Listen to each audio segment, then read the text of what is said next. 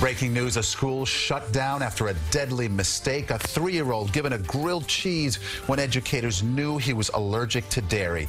Tonight, a mourning relative shares the story exclusively with CBS 2. Good evening. I'm Maurice Dubois. And I'm Christine Johnson. Word came late tonight from the health department that it is closing the Harlem pre-K as they investigate more on how this tragedy happened. CBS 2's Valerie Castro live now at the school with the latest for us. Valerie. Maurice and Christine, tonight the 7th Avenue Center for Family Services is closed until the Department of Health can sort out exactly what went wrong. But the family says this is a tragedy that could have been prevented.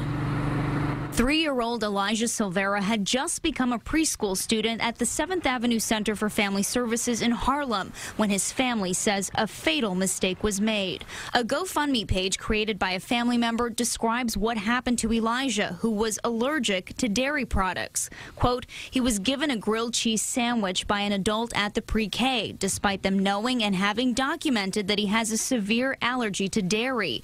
Elijah went into anaphylactic shock and was taken to the pediatric ER at Harlem Hospital, where tragically they were unable to save him. Another relative spoke to us saying Elijah had a personality that was hard to miss. He was just a light. If you see him, he's just a bright light. He's one of those kids that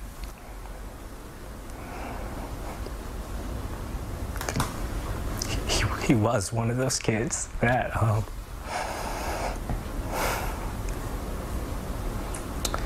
that when you walked in the room and saw him, you just light up.